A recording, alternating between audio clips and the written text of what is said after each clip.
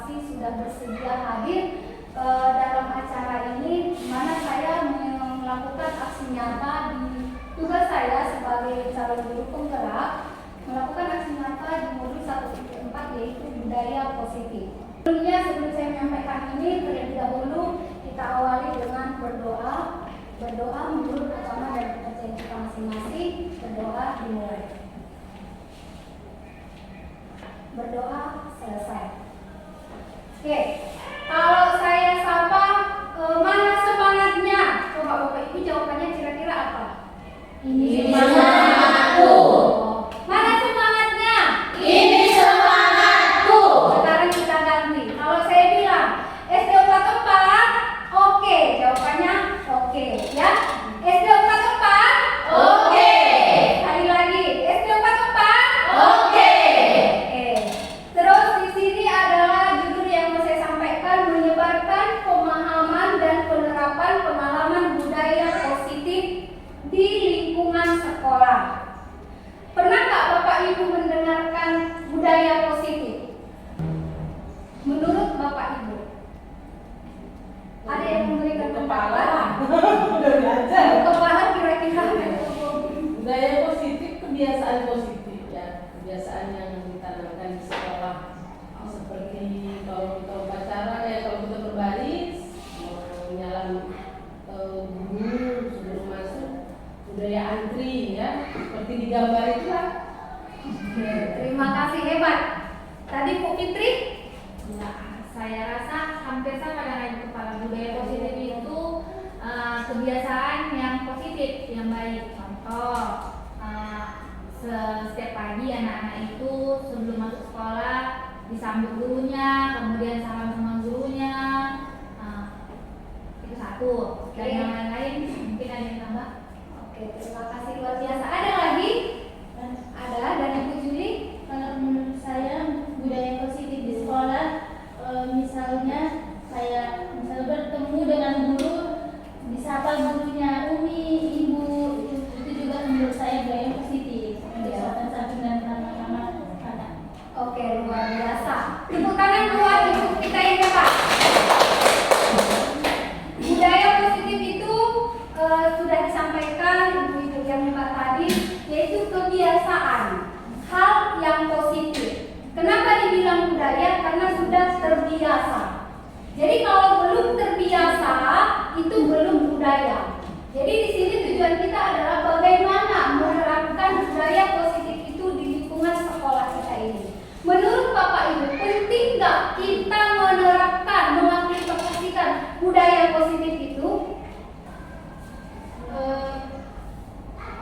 Karena yang pertama kita tanamkan itu adalah karakter, untuk membentuk karakter anak.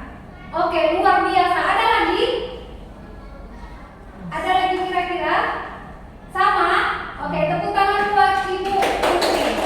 Oke, di sini adalah budaya positif betul untuk menanamkan karakter atau budi pekerti yang baik kepada anak itu. Oke, terus ini selanjutnya awal. Ada 3 di sini pertanyaan. Jawabannya setuju atau tidak setuju. Setuju atau tidak setuju.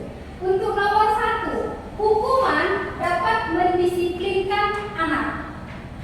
Menurut Bapak Ibu, setuju atau tidak setuju? Siapa yang setuju? Di sini hukuman dapat mendisiplinkan anak. Kira-kira siapa yang setuju? Ibu Fitri? Oh, ada. Oke, boleh nggak diberikan yang tidak setuju? Ada yang tidak setuju? Ibu Naomi tidak setuju. Berarti semua hampir setuju ya? Yang setuju tadi boleh angkat tangan. Yang setuju? Yang tidak setuju tadi? Boleh angkat tangan. Hanya Bu Naomi. Oke. Untuk nomor 2, nanti kita dengarkan alasannya. Pemberian hukuman dengan hal positif seperti membaca atau membersihkan halaman sekolah dapat mendisiplinkan anak. Pemberian hukuman, ada kata pemberian hukuman. Oke. Menurut Bapak Ibu, dapatkah ini mendisiplinkan anak? Siapa yang setuju? Yang tidak setuju? Tidak ada, setuju semua. Oke. Nomor 3, memberi penghargaan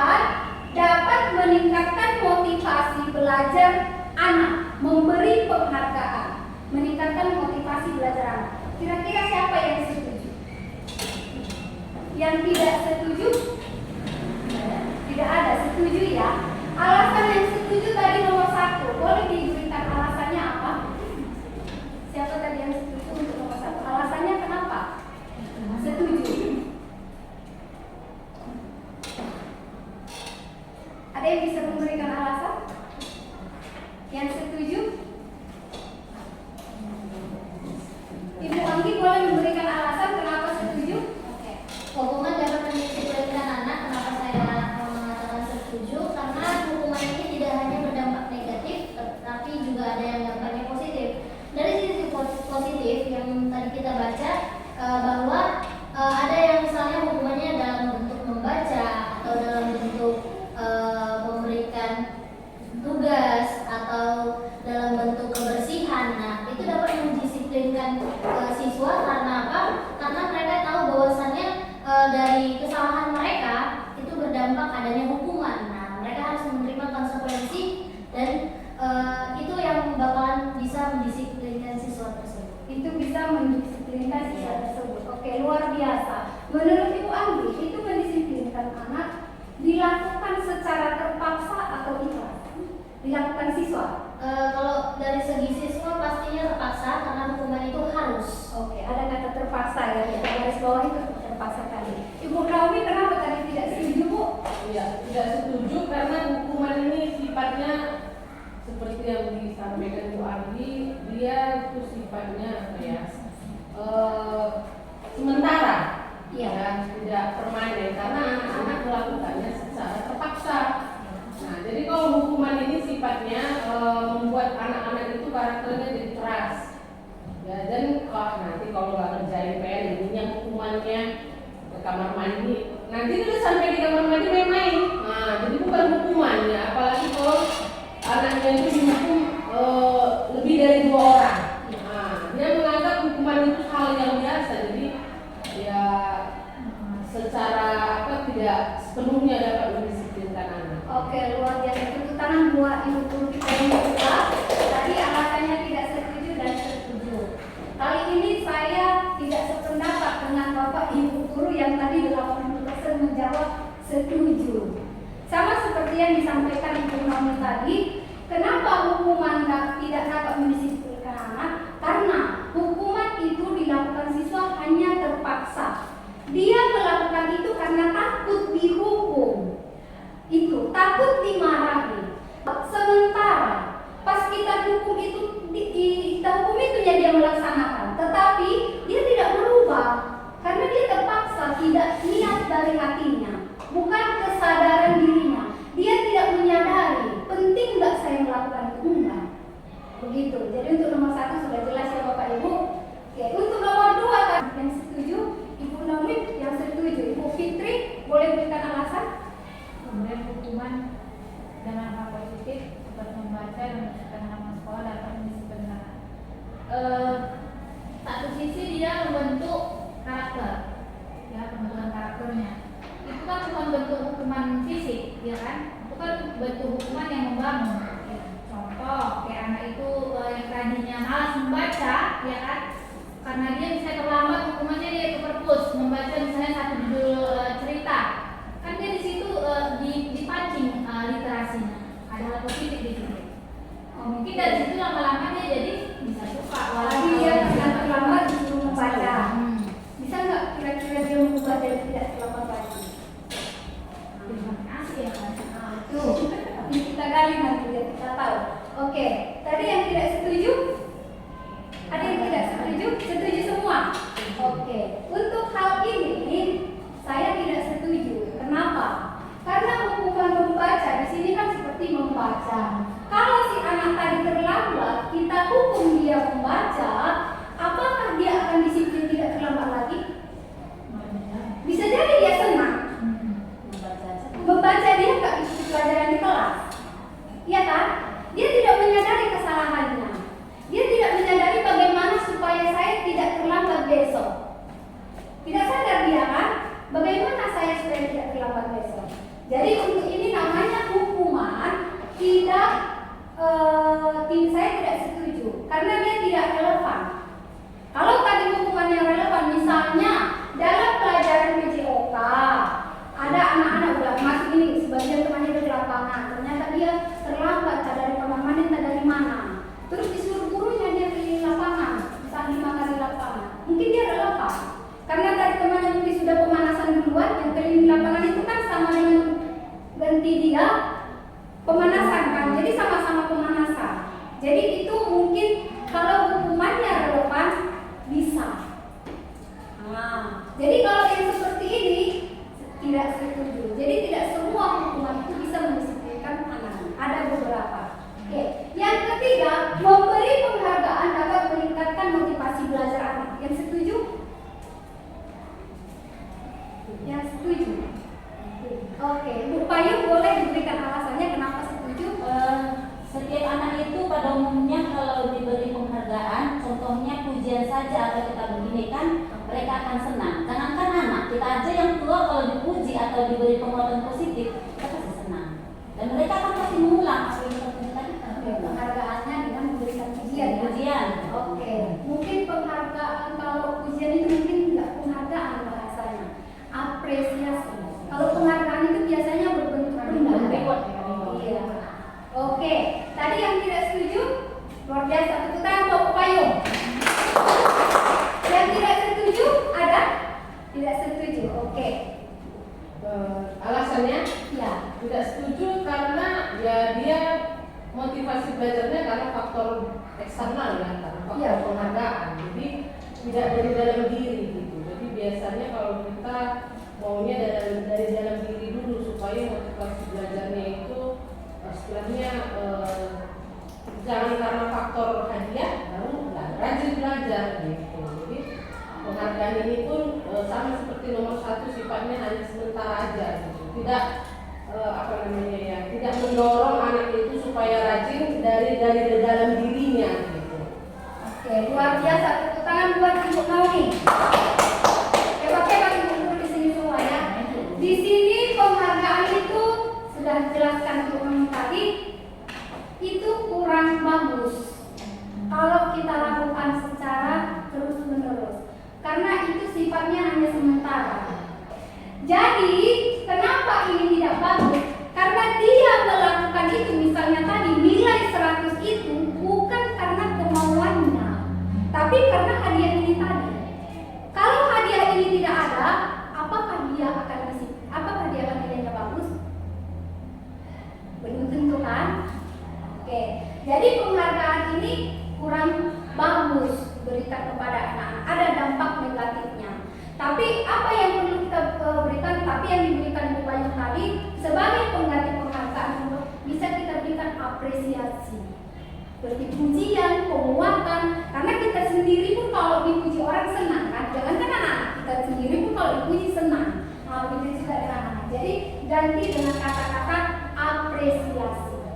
Oke, terima kasih. Tepuk tangan buat Bapak Ibu yang hebat luar biasa. Selanjutnya tadi kita di sini itu hanya pertama, jadi kita sudah tahu lah ya kira-kira gambaran kita ke depannya yang selama ini kita masih mungkin berhubung atau bagaimana bisa kita rubah perlahan-lahan. Konsep inti dari budaya positif di sini dari antara ini yang sudah pernah Ibu dengar kira-kira yang mana? Dan yang perubahan paradigma udah sering dengar sih Bu. Dengar. Oke, yang penting sudah sering dengar, sudah pernah dengar. Yang belum pernah dengar kejadian tahun 8 ini kira-kira yang mana? Segitiga restitusi. Oke, mungkin dari antara 8 ini yang belum pernah kita dengar sama sekali segitiga restitusi. Saya pun baru mendengarkan setelah mengikuti pendidikan calon berpenggerak ini. Apa itu segitiga restitusi nanti akan kita bahas di sini. Apa itu perubahan paradigma yang sudah pernah kita dengar nanti kita akan bahas di sini satu persatu. Oke, selanjutnya yang pertama adalah perubahan paradigma. Perubahan paradigma yang baru. Apa itu? Pembelajaran dengan paradigma baru merupakan pembelajaran yang dirancang berdasarkan prinsip pembelajaran berdiferensiasi. Ada kata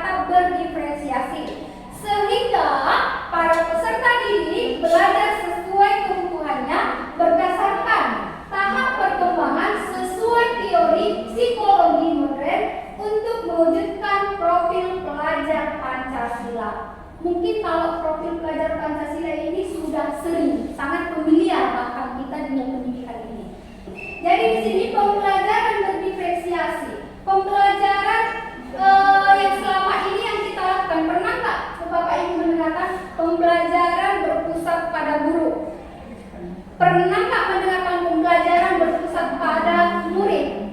Pernah. Menurut Bapak Ibu, boleh nggak diberikan sedikit sama saya? Kira-kira pembelajaran berpusat pada murid itu yang seperti apa? Pembelajaran biasanya pembelajaran yang berbentuk ceramah. Jadi guru banyak bicara, mungkin itu ya Bu. Oh, gurunya yang jadi bahan perhatian lebih banyak ambil alih ya. Oke. Oke, terima kasih, luar biasa. Pembelajaran yang berpusat pada murid. Ada yang bisa memberikan apa itu pembelajaran berpusat pada murid?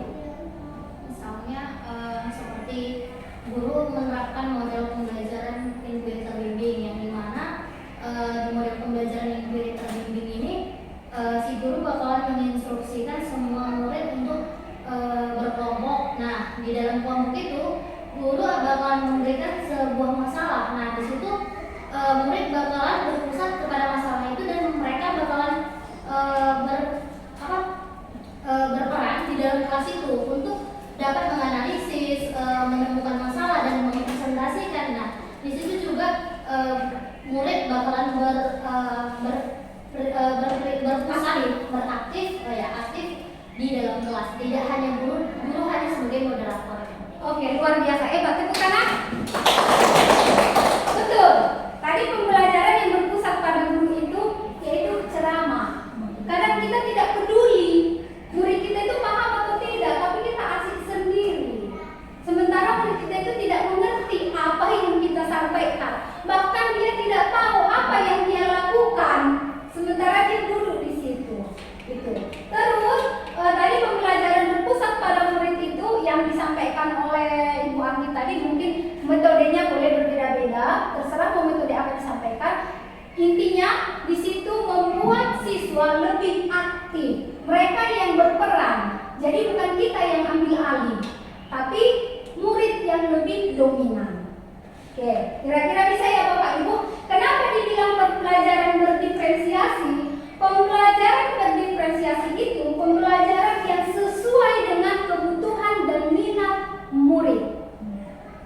Contoh ke kita, kalau kita melakukan sesuatu tidak sesuai dengan minat kita, kira-kira Bapak Ibu happy atau terbebani melakukan itu? Terbebani, begitu juga dengan murid. Jadi kalau pembelajaran berdiferensiasi ini, pembelajaran yang kita buat sesuai dengan kebutuhan siswa tadi. Kita lihat kebutuhannya, kita lihat apa yang dia mau, kita lihat apa talenta dalam dirinya. Jadi kita yang menyesuaikan ke murid, bukan murid yang menyesuaikan ke kita. Bisa? Oke, jadi kalau pembelajaran tadi sudah dilakukan yang berdiferensiasi, sudah sampai tadi, sudah benar-benar itu tadi terjadi, maka untuk mewujudkan maka profil pelajar Pancasila ini akan terwujud. Miskonsepsi tentang teori kontrol. Oke, yang sering kita salah artikan. Di sini sering ilusi mengontrol murid. Pernah mungkin kita tahu posisi guru mengontrol murid. Sementara kita disuruh adalah menuntun murid, bukan mengontrol. Oke. Yang kedua, ilusi bahwa penguatan efektif dan bermanfaat. Terus di sini ilusi kritik dan membuat merasa bersalah mampu menguatkan karakter. Kita mengkritik itu, apakah itu mampu memberikan karakter? Tentu tidak. Tetapi selama ini mungkin kita sering mengkritik tanpa memikirkan efek sampingnya. Itu dia. Terus ilusi bahwa orang dewasa berhak memaksa. Ini yang lebih sering. Kita sering merasa saya lebih tua, saya lebih dewasa, saya lebih tahu dari kamu murid. Itu. Sementara belum tentu apa yang kita tahu belum tentu sesuai dengan yang keinginan si murid tadi. Nah, ini sering ilusi. Miskonsepsi tentang teori kontrol. Selanjutnya, tadi perubahan yang diminta dari kita ini adalah mengubah paradigma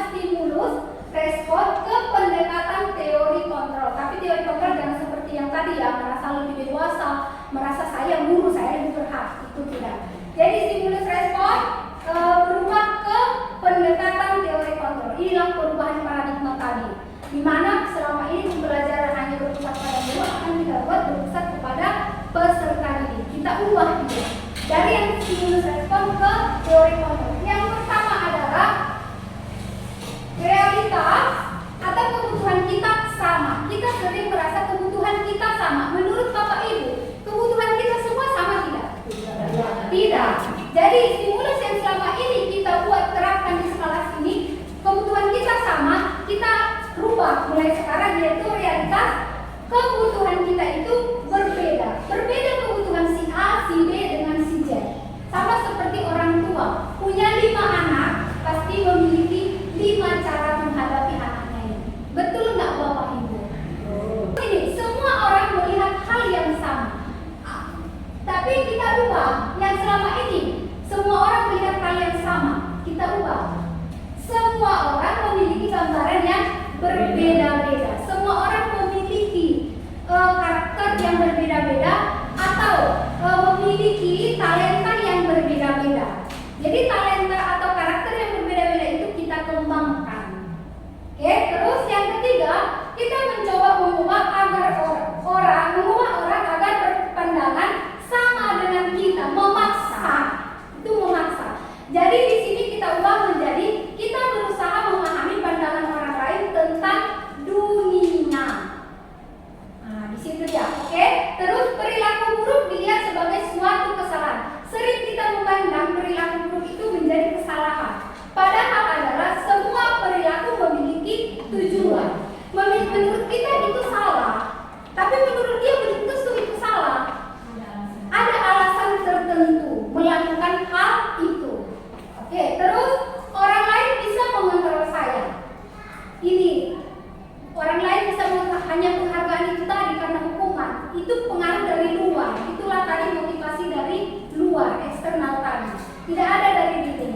Sementara kita ubah hanya Anda, hanya saya yang bisa mengontrol diri saya. Oke, terus saya bisa mengontrol orang lain. Kita tidak bisa mengontrol orang lain. Orang lain tidak bisa mengontrol kita, sama. Jadi ini Anda tidak bisa mengontrol orang lain, tapi kita hanya bisa menuntun. Masalah dia mau atau tidak mau, selagi tidak ada niat dari hatinya, dia tidak akan mau. Itu. Terus pemaksaan ada pada saat bujukan gagal. Kita bujuk nggak mau, kita paksa. Sering itu. Terus sementara di sini kita adalah kolaborasi atau konsensus, menciptakan pilihan-pilihan baru. Kolaborasi, bekerja sama, berkolaborasi kita apa sih pilihannya? Jadi jangan kita pakai model berpikir menang atau kalah. Kita ubah model berpikir menang-menang. Sering kita, aku yang menang, kau harus kalah. Sering kan? Aku harus menang, kamu harus kalah. Sementara di sini adalah model yang sama-sama menang. Guru sama siswa itu sama-sama menang. Jadi jangan arahkan dia, kita yang menang. Aku guru, harus aku kamu ikuti. Itu. Jadi kita ubah. Jadi paradigma pembelajaran itu tadi, perubahan pembelajaran itu yang selama ini mungkin kita udah tahu gimana kekurangan kita rubahlah secara perlahan-lahan. Itu dia tentang paradigma perubahan. Kira-kira sampai di sini ada yang mau ditanya Bapak Ibu sebelum kita masuk ke topik yang kedua? Ada yang mau ditanya? Jika tidak ada, kita lanjut. Lanjut, oke, lanjut. Yang kedua, disiplin positif. Disiplin itu apa? Kemauan diri untuk tepat. Bukan hanya waktu sih kalau disiplin. Disiplin itu banyak, dari pakaian, dari waktu, dari apa yang dia kemauan diri untuk melakukan sesuatu yang dengan baik. Perubahan diri ke arah yang lebih baik. Perubahan diri ke arah yang lebih baik. Oke, terima kasih, luar biasa hebat. Ada lagi? Melakukan sesuatu dengan secara kontinu berdasarkan peraturan yang sudah dibuat sebelumnya secara terus menerus. Oke, luar biasa. Melakukan sesuatu itu mengikuti peraturan ya Bu, yang sudah dibuat. Berarti belum ada pembunuhan diri ya, karena peraturan tadi ya. Oke. Disiplin berasal dari kata disiplin yang artinya belajar. Oke. Disiplin mengacu pada disiplin diri yang memiliki tanggung jawab terhadap apa yang dilakukannya berdasarkan nilai-nilai yang diyakini. Diyakini dulu. Contoh ini dalam berkendaraan. Berkendaraan itu sudah ada aturannya. Ada aturannya kan Bapak Ibu. Misalnya kalau kita naik sepeda motor diwajib memakai helm. Ada yang memakai helm itu karena takut dihukum. Ada peraturan tadi kan, takut razia. Betul kan Bapak Ibu? Nanti ada polisi pakai helmnya katanya. Sering kita begitu. Tetapi Di awalnya pakai helm. di awal pakai helm, lewat polisinya pakai helmnya. Kenapa itu terjadi? Karena kita belum meyakini nilai-nilai itu tadi. Belum ada nilai-nilai keyakinan pada diri kita tadi. Belum ada kesadaran apa sih manfaat dari helm ini. Kalau saya tidak pakai helm kira-kira apa dampaknya? Gitu dia kira-kira. Jadi disiplin di sini adalah belajar. Belum dikatakan dia sudah teratur ya. Belajar, masih belajar. Belajar supaya dia bertanggung jawab terhadap apa yang dilakukannya sesuai dengan nilai-nilai yang telah diyakininya. Itu. Disiplin positif merupakan salah satu cara penerapan disiplin yang bertujuan untuk menumbuhkan kesadaran serta memberdayakan peserta didik tanpa imbalan, penghargaan atau reward atau ancaman maupun hukuman. Contoh ini, di kelas kalau tidak ada guru, kebanyakan murid tertib apa luar biasa. Iya, sangat aktif ya Bapak Ibu. Iya, sangat aktif. Nanti kita tahu kenapa mereka itu sangat aktif. Mereka punya alasan. Jadi jangan kita bilang itu bandel. Tidak semua itu bandel. Ada alasannya mengapa dia seperti itu. Jadi di sini tadi, kenapa si murid ini dia ketika ada guru dia tertib, ketika gurunya tidak ada dia luar biasa aktifnya. Kenapa? Karena mereka di sini hanya takut sama gurunya, takut dihukum. Karena kita hukum kan? Padahal tidak ada guru harusnya sama. Kenapa harus sama? Tertib di dalam kelas itu merupakan tanggung jawab pada dirinya. Dan dia harus meyakini nilai-nilainya itu. Karena dia tidak meyakini nilai-nilai tertib di dalam kelas itu ada, makanya dia ribut. Jadi coba mulai hari ini kita lihat kenapa anak kita itu ribut, kenapa begini. Atau mungkin sering kita menyampaikan kalau nanti kalian ribut, ibu hukum, sering. Maka dia itu sepanjang hari. Tapi ketika tidak ada hukuman, diamkah mereka? Tidak ada. Oke, lanjut. Oke, sebagai pendidik, tujuan kita adalah menciptakan peserta didik memiliki disiplin sehingga mereka berperilaku mengacu kepada nilai-nilai kebajikan universal. Nilai kebajikan universal yang kita bahas dan memiliki motivasi intrinsik. Motivasi intrinsik itu motivasi dari dalam diri, kesadaran. Oke, dalam perubahan perilaku ke arah yang lebih baik.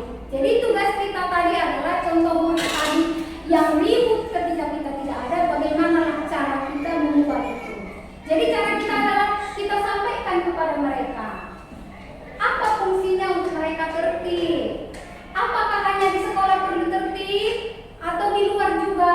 Apa dampaknya kalau di luar sekolah juga mereka ribut seperti itu, suka megang-megang kawannya, suka mengganggu kawannya. Di situ kita jelaskan. Oke, lanjut.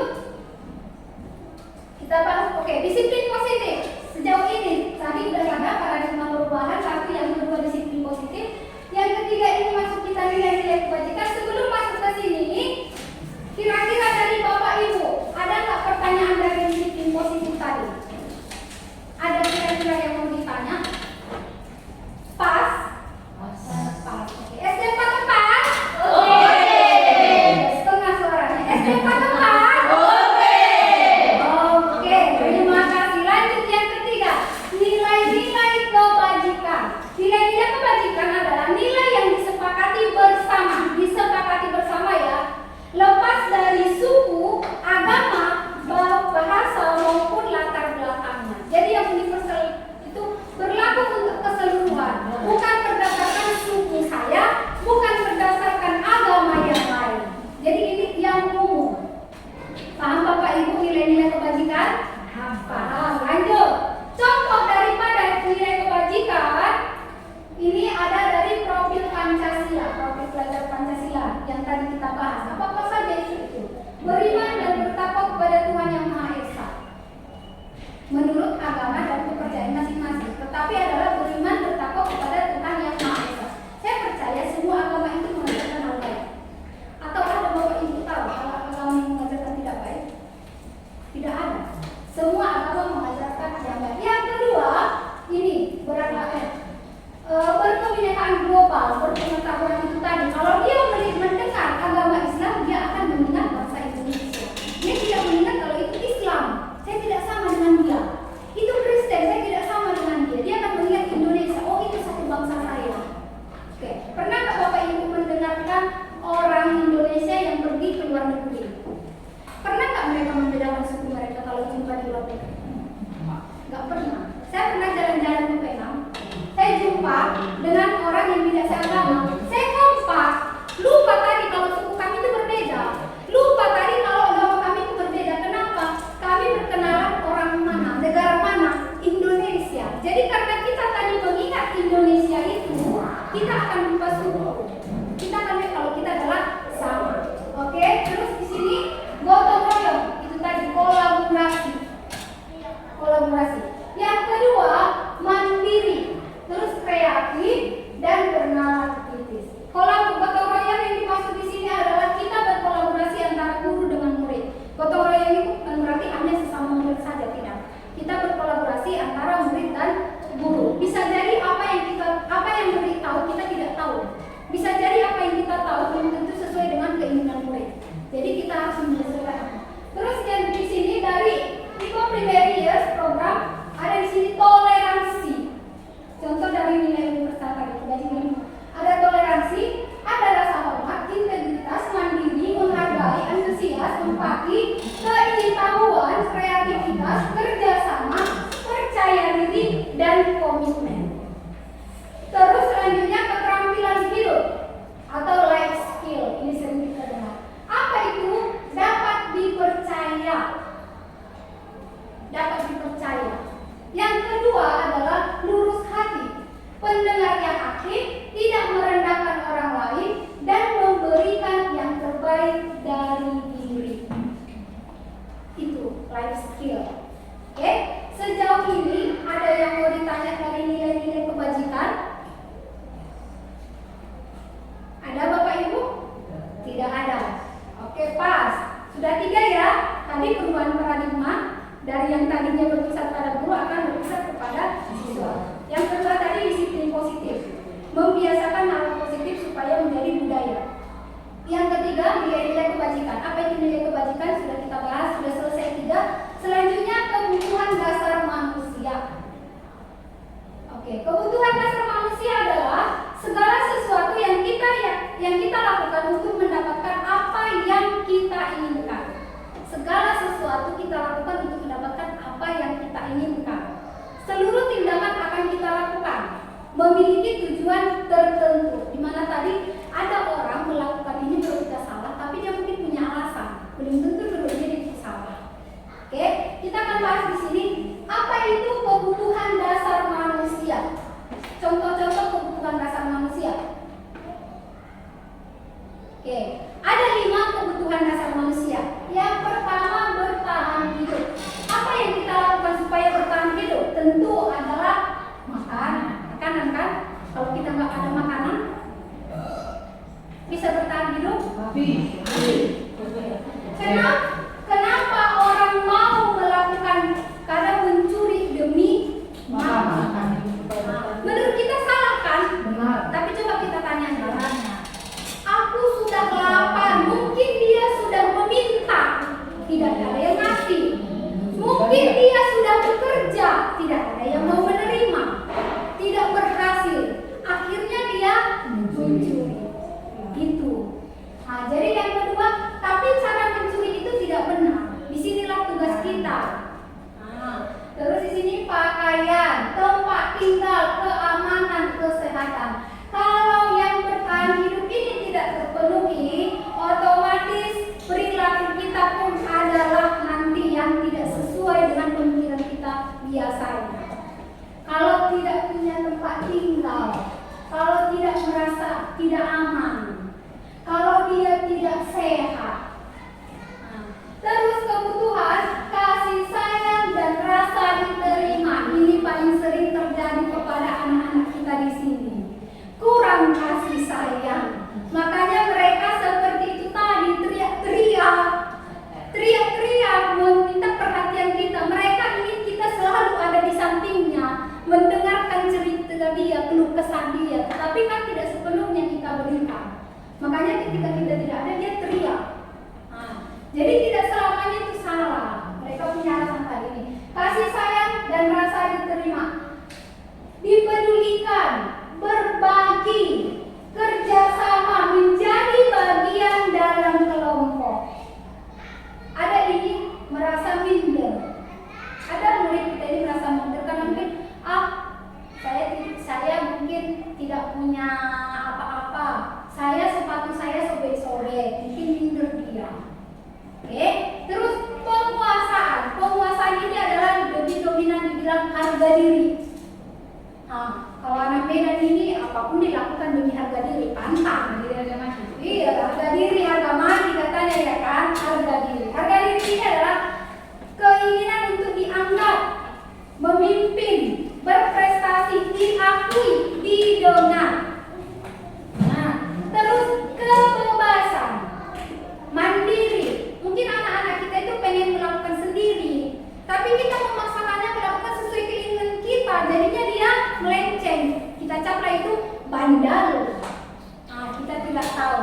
Oke, kebebasan. Terus yang terakhir adalah kesenangan. Bapak ibu di sini kira-kira butuh kesenangan nggak? Hiburan nggak?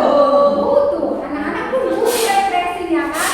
Jadi anak-anak yang suka main game belum tentu dia itu bandal. Dia mungkin punya tujuan, mungkin dia bosan jenuh. Ada kita berikan waktu dia main game, kita kasih dia waktu, kita komunikasi. Main game itu apa dampak positifnya, apa dampak negatifnya, baru kita buat kesepakatan. Oke, lanjut. Di sini kesenangan ada bermain. Anak-anak senang kali kalau udah jam istirahat kan? Ya itu tadi. Terus anak-anak senang kali kalau ada humor, lucu-lucu. Makanya kita harus menyelingi permainan games dalam pembelajaran, karena supaya mereka ketawa, refresh. Terus di sini antusiasme, terus tertawa. Oke, anak-anak butuh tertawa rupanya, nggak cuma kita. Oke, terus selanjutnya. Untuk tadi 5 kebutuhan dasar manusia, ada yang mau ditanya? Pas. Biar kita lanjut. Motivasi perilaku manusia. Ini tadi yang saya sampaikan. Ada dari luar, ada dari dalam. Motivasi dari luar yaitu motivasi eksternal. Motivasi dari dalam diri sendiri yaitu motivasi intrinsik. Dari dalam. Ini motivasi ekstrinsik itu dari luar ya. Terus apa itu kira-kira motivasi yang berasal dari luar? Itu tadi penghargaan, hukuman tadi takut. Terus apa itu motivasi yang dari dalam diri sendiri? Untuk menjadi orang yang mereka inginkan, menghargai diri sendiri dengan nilai-nilai yang mereka yakini. Dia menghargai dirinya dengan nilai-nilai yang diyakini tahu. Bisa jadi si murid ini kalau mencuri tidak tahu dia itu kalau salah, karena tidak ada yang memberitahukan kepada dia, tidak ada yang menjelaskan kepada dia. Mendapatkan makanan dengan mencuri itu salah, mendapat makanan harus seperti ini. Mungkin itu tidak diberitahu sama mereka, makanya itu terjadi. Oke, jadi motivasi ekstrisik ini sebagai pendidik harus kita minimalisir. Kalau tidak bisa dihapus, diminimalkan. Kita sedikitkan. Yang pertama menghukum, sikit-sikit kita hukum. Tidak pakai topi kita suruh hormat bendera. Apakah dia akan pakai topi besok? Belum tentu. Kita tanya kenapa tidak pakai topi, apa alasannya? Oke, terus kira-kira apa solusinya? Kita buat kesepakatan sama dia. Itu dia. Terus kalau sudah kita ada kesepakatan bersama si murid tadi, maka adalah timbul kesadaran diri. Niat. Ada niat kan Bapak Ibu? Kalau kita hukum tadi ada niat tidak? Terpaksa, tidak ada niat. Nah, jadi ini yang perlu kita kembangkan adalah motivasi intrinsik. Motivasi itu menimbulkan kesadaran dari dalam dirinya sendiri sesuai dengan nilai-nilai yang mereka yakini. Kita sampaikan. Oke, lanjut. Di sini ada hukuman, konsekuensi, restitusi. Dari antara yang tiga ini ada nanti yang mana kita lakukan, yang mana yang kita minimalisir, lama-lama kita hapuskan. Mungkin kita hapuskan langsung, tidak bisa langsung membalikkan tangan. Oke, di sini hukuman.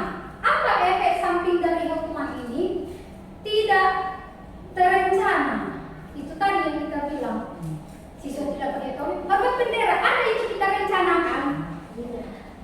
Siswa misalnya mengganggu temannya, langsung kita suruh tuliskan, saya tidak akan mengganggu lagi, saya minta maaf.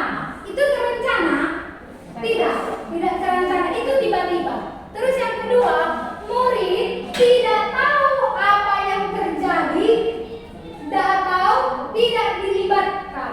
Murid tahu nggak kalau dia tidak pakai topi harus hormat bendera? Ada kesepakatan nggak ini? Tidak ada. Nah, itu kan kita. Nah, kita sendiri. Terus bersifat satu arah yang saya bilang tadi, murid tidak tahu. Jadi ketika kita suruh dia hormat bendera, dia terkejut. Ya udahlah, daripada saya dipukul hormat aja lah, hormatlah dia. Takut kan? Oke. Terus ini berupa hukuman fisik atau psikis. Sering berupa hukuman fisik atau psikis. Tidak ada kata-kata memotivasi dia. Tidak ada kata-kata mencari solusi bersama. Oke. Terus ini konsekuensi. Konsekuensi ini terencana atau disepakati sesuai peraturan. Ingat, sesuai peraturan. Oke. Terus murid tetap dibuat tidak nyaman. Bisa jadi walaupun kita sepakati dengan tadi si murid terlambat kita suruh hormat bendera, apakah dia besok akan berubah? Tidak terlambat. Belum tentu. Oke, padahal sudah sepakat tadi kan? Sepakat kita sama dia. Oke, murid tetap dibuat tidak nyaman. Ya, tidak nyaman. Mungkin dia merasa malu. Contoh, ada kasus murid tidak menggunakan sepatu warna hitam. Padahal peraturan sekolah kita murid harus memakai sepatu warna hitam. Jadi kita suruh dia pakai sepatu, lepas sepatu sepanjang hari. Malu kan dia, tidak nyaman dia dipertontonkan. Oke, lanjut di situ. Sikap guru selalu memonitor murid. Kita monitor dia, kita arahkan. Jadi seperti robot kita buat seperti itu. Oke, lanjut di sini restitusi. Restitusi proses menciptakan kondisi bagi murid untuk memperbaiki kesalahan. Yang kedua, proses kolaboratif yang mengajarkan murid untuk mencari solusi sendiri. Menurut Bapak Ibu, dari antara yang tiga ini, hukuman, konsekuensi, restitusi, kira-kira mana yang perlu kita lakukan sebagai pendidik? Restitusi. Itulah tadi segitiga restitusi. Nanti di akhir kita bahas bagaimana penerapan segitiga restitusi itu. Apa langkah-langkahnya? Oke. Restitusi ini menciptakan kondisi bagi murid memperbaiki kesalahannya. Niat dari diri sendiri. Kita cari solusi bersama, kita dengarkan alasan dia. Tapi kita tidak menyalahkan dia. Tanpa kita salahkan dia, dia akan sadar kalau dia itu perbuatannya tidak baik. Berbaliklah ke disiplin tadi. Belajar memperbaiki dirinya. Lanjut.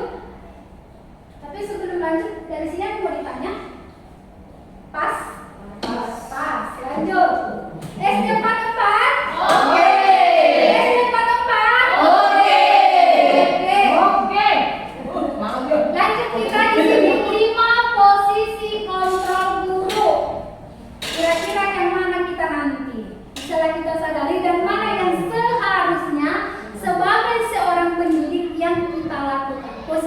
ada 5 ini. Yang pertama penghukum mungkin sudah tahu. Ya, ada sering. Salah sedikit bahkan tidak sesuai dengan kita.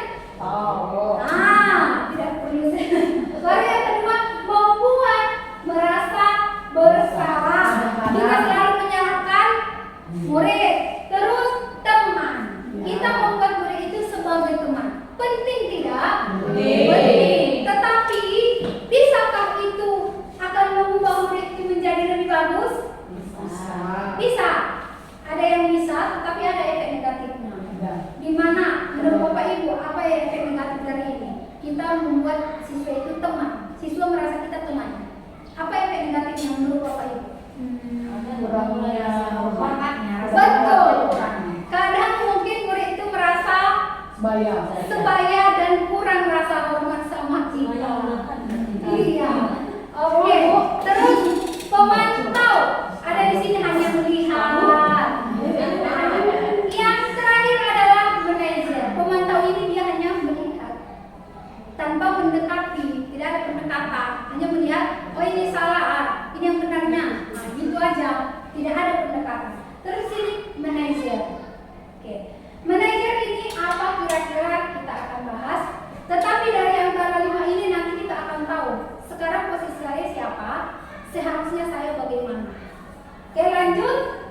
Mana dia?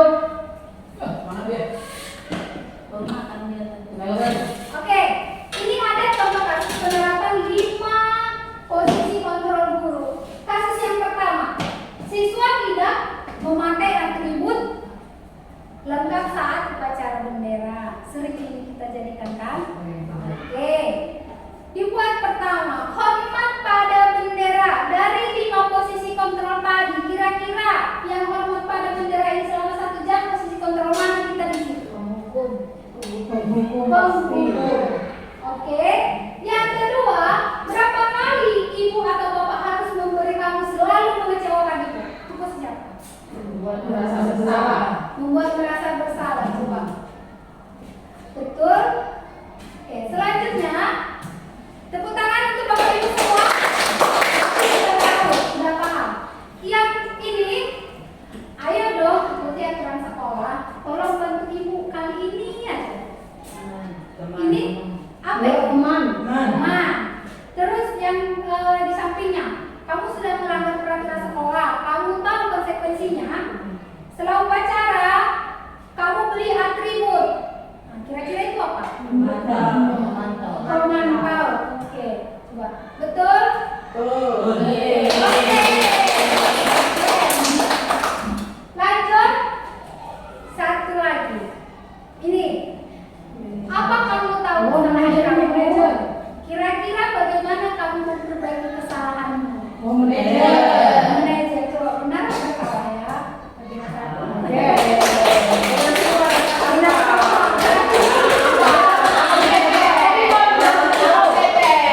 Oke, lanjut. Kata-kata tadi mungkin kita sudah paham ya. Mana posisi penghukum, mana kita sudah paham. Ada yang mau ditanya? Ada yang mau ditanya sejauh ini? Pas, Bu. Lanjut. Ini sama dengan yang tadi. Saya kecewa sekali dengan kamu, membuat merasa bersalah kalau kata-katanya. Selanjutnya ada di sini. Kamu tidak pernah benar melakukannya. Kamu tidak pernah benar melakukannya. Sering kita sampaikan yang seperti itu. Nggak pernah melakukan. Memang tahu ya. Penghukum ya. Manajer, apa rencanamu untuk Nggak ada menyelesaikan masalah ini? Kata-katanya lebih lembut, tapi si siswa disuruh dari kamu. Gitu, manajer. Terus ini, ayolah lakukan demi ibu. Sering kita demi ibu. Ramai. Ini Siapa yang parkir? Oke. Elizabeth.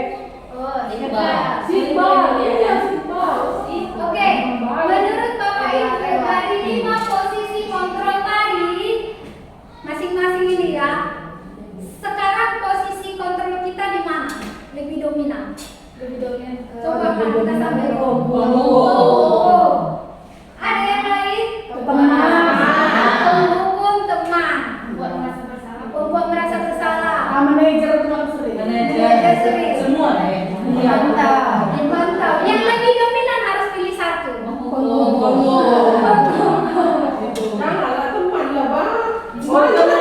Sejauh ini masih penghukum, berarti untuk Kalau SD 44 teman.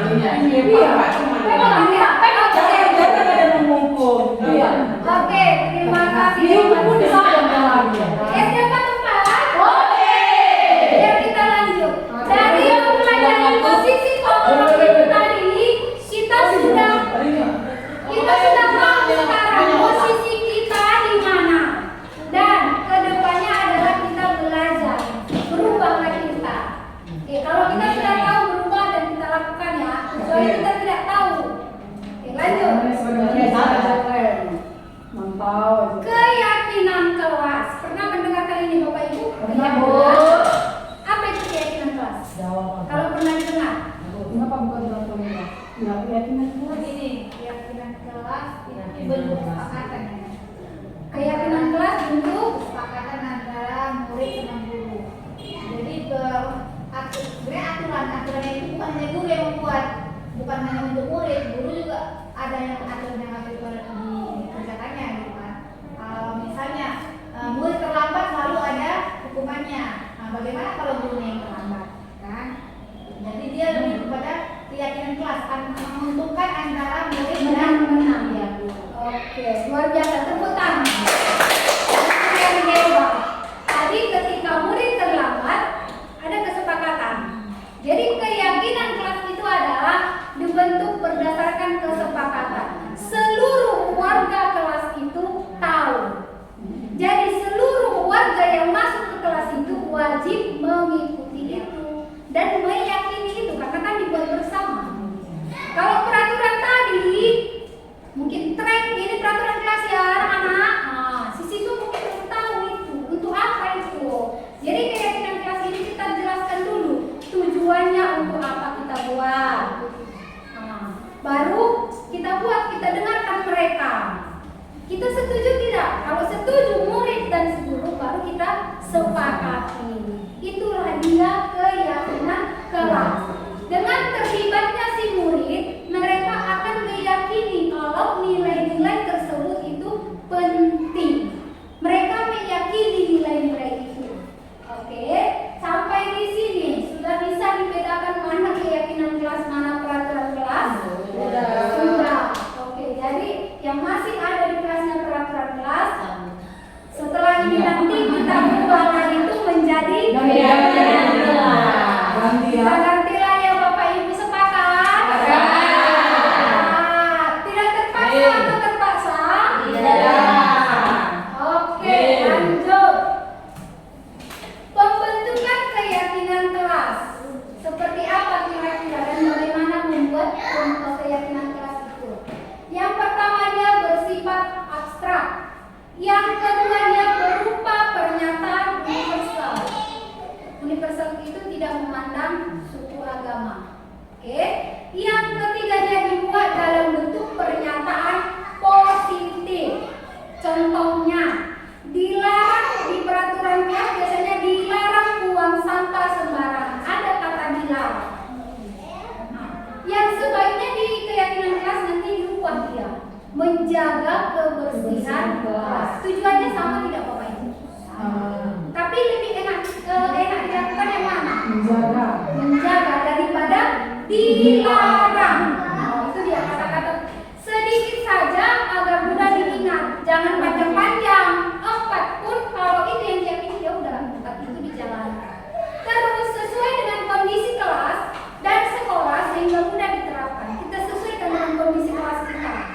Kita sesuaikan dengan kondisi murid kita supaya mudah diterapkan. Oke, terus semua warga sekolah atau warga kelas dilibatkan saat membuat keyakinan kelas. Contohnya, guru bidang studi masuk ke warga kelas.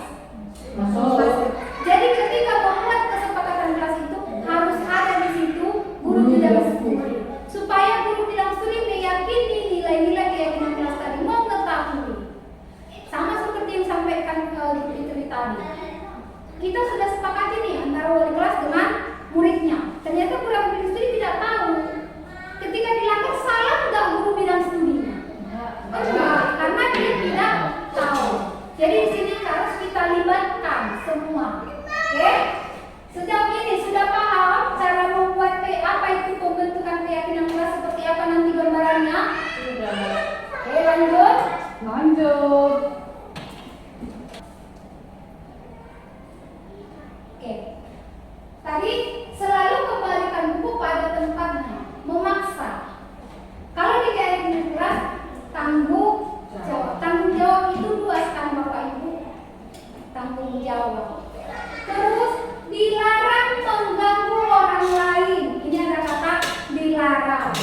Nah, jadi di keyakinan kelas nanti menghormati orang lain atau saling menghormati. Boleh. Terus di sini hadir di sekolah 15 menit sebelum pembelajaran dimulai. Itu kan memaksa. Hadir di sekolah 15 menit wajib. Nah, di sini menghormati orang lain berkomitmen. Dia punya komitmen. Oke. Dilarang melakukan kekerasan. Itu biasa di peraturan. Jadi kalau di kelas keselamatan menghormati orang lain. Kenapa itu kekerasan tidak boleh kita jelaskan? Apa efek sampingnya, apa dampak positifnya? Oke. Terus di sini bergantian atau menunggu giliran, antri. Oke. Masuklah kita yang terakhir yaitu segitiga restitusi. Oke, ini tadi yang jarang kita dengarkan, segitiga restitusi.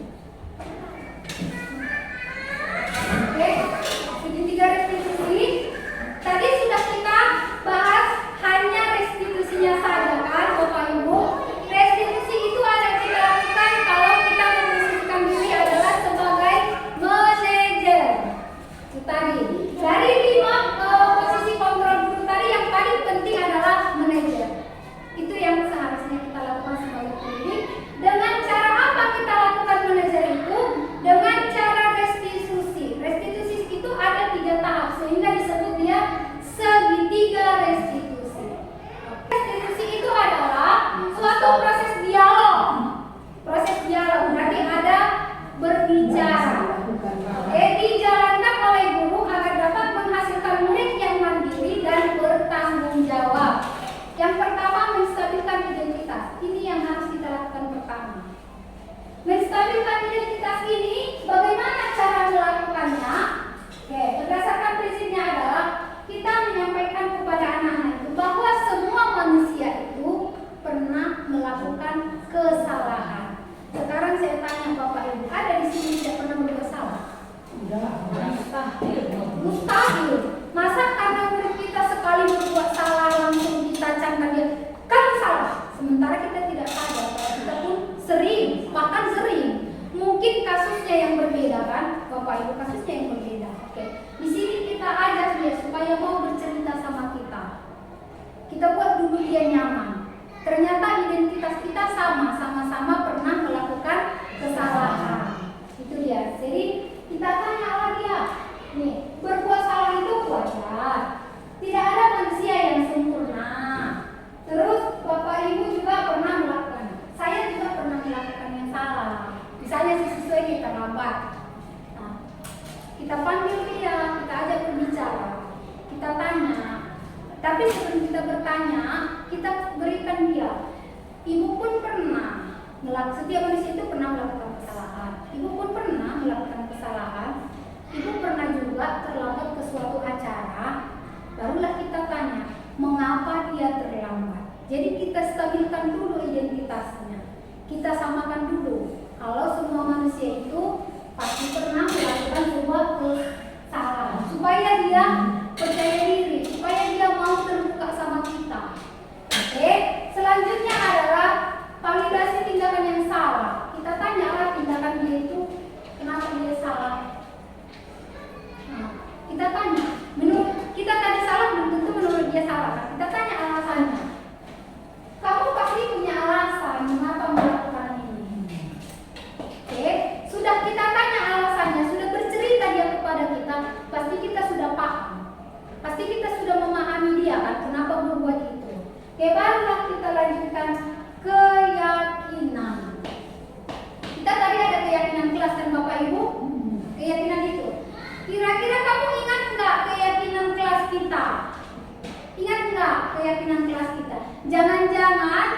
kita hukum murid selama ini nggak tahu dia peraturan kita, dia yang melakukan. Jadi di sini kita di situ tadi keyakinan kelas itu harus diketahui. Jadi ketika dia melanggar kita tanya, ingat nggak dia keyakinan? Kira-kira di mana dia salah? Keyakinan kelas mana yang dia langgar? Kalau dia datang terlambat berarti keyakinan kelas yang dilanggar adalah disiplin. Dia tidak disiplin, dia tidak bertanggung jawab, tidak komitmen tadi. Oke. Baru kita tanya lagi dia setelah tahu kita keyakinan kelas itu, kita tanya dia bagaimana untuk memperbaikinya, memperbaiki tindakan yang salah tadi. Kalau kita dengarkan solusi dari dia, apa kira-kira? Kalau tadi dia terlambat, mungkin dia akan memberikan, oh kenapa terlambat? Mungkin telat bangun. Kenapa telat bangun? Bisa jadi mungkin tadi malam. Nah, jadi untuk memperbaiki supaya tidak terulang kembali, kita tanya dia, kita berikan dia, kita tuntun dia. Jadi kita katakan, lain kali kamu harus tidur tepat waktu supaya pun bangunnya cepat, sehingga ke sekolah itu tidak terlambat. Itu dia. Jadi segitiga restitusi ini Bapak Ibu kira-kira sudah paham? Sudah bisa? Sudah paham. Tahap-tahapnya tadi menstabilkan, baru disiap validasi tindakan yang salah, tanya alasannya. Yang kedua adalah tanya keyakinan itu benar atau tidak, baru kita tanya lagi sini adalah solusi. Oke. Selanjutnya adalah 9 ciri-ciri restitusi. 9 ciri-ciri restitusi.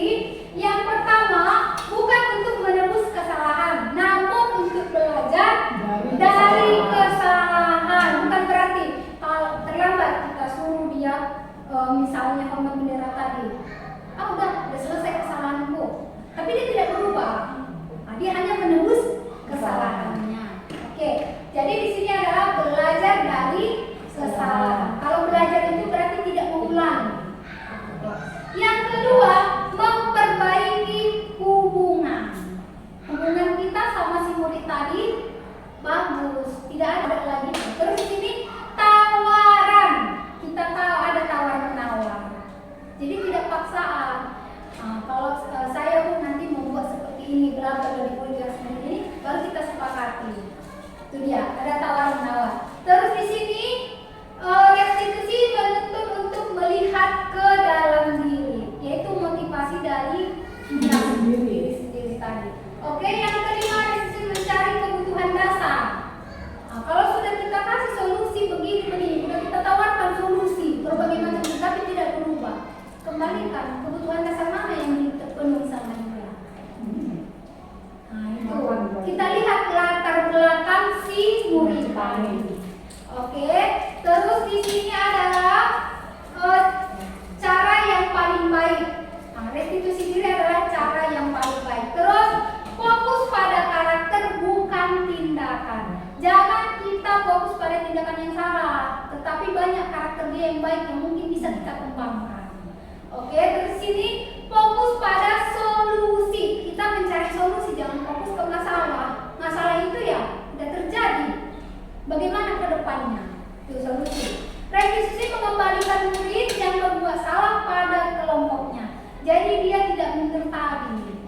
Dia tetap percaya diri. Kita kembalikan dia sama dengan murid yang tadi pada kelompoknya. 9 ciri-ciri restitusi ini, kira-kira ada yang mau ditanya? Ada yang mau ditanya Bapak Ibu? Pas? Pas? Pas. Oke, siapa tepat? Oke. Yang terakhir, kita sudah membahas tadi 8. Yang pertama tadi apa? Perubahan paradigma. Yang kedua, disiplin positif. Yang ketiga tadi, nilai-nilai kebajikan atau universal tadi. Yang keempat, apa tadi Bapak Ibu? Yang keempat, ada tadi keyakinan kelas. Apalagi? Kebutuhan dasar manusia, posisi kontrol guru. Apalagi?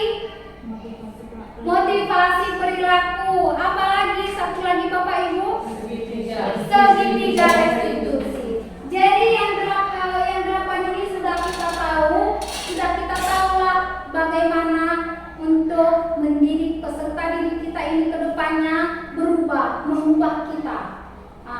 Mengubah cara mengajar kita tadi, mengubah perilaku kita tadi, mengubah menyelesaikan masalah tadi, kita menemukan solusi itu tadi. Jadi dari semua ini yang tadinya kita posisi pembohong, berarti kita harus beralih ke posisi manajer dengan cara menerapkan segitiga restitusi atau supaya disiplin positif ini terjadi, yang 9 tadi harus kita terapkan supaya disiplin positif itu bisa terlaksana menjadi budaya. Kita biasa menjadi budaya positif. Tibalah kita di penghujung. Oke, dalam penerapan program disiplin positif, hendaknya guru memiliki standar kepribadian profesional dan sosial yang baik, di mana guru mampu merefleksikan dirinya dalam posisi kontrol saat ini. Bagaimana perjalanan dirinya sebagai among. Sebagai among itu adalah dari Ki Hajar Dewantara. Among artinya di situ adalah menuntun. Kita sebagai petani, murid itulah benih-benih yang akan kita tanam, yang kita rawat, kita jaga supaya hasil panennya bagus. Oke, kita lagi sini petani. Jadi di sini posisinya atau manajer. Oke, manajer yang mampu menuntun murid-murid menjadi insan yang mandiri, merdeka, dan bertanggung jawab atau standar pendidikan. Inilah dia. Jadi kita harus penuhi dulu standar profesi kita sebagai guru, baru terpenuhilah standar murid tadi sebagai standar nasional pendidikan tadi. Terciptalah murid yang mandiri, merdeka, bertanggung jawab. Terima kasih Bapak Ibu sejauh ini. Ada yang mau ditanya? Kita buka sesi tanya jawab kalau memang masih ada. Pas. Udah ngerti, Bu. Sudah mengerti. Oke, terima kasih.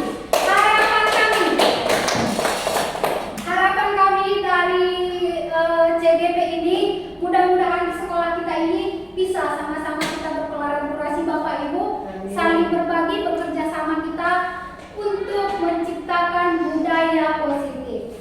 Itu tadi, saling berbagi ya Bapak Ibu, sama-sama kita melakukan.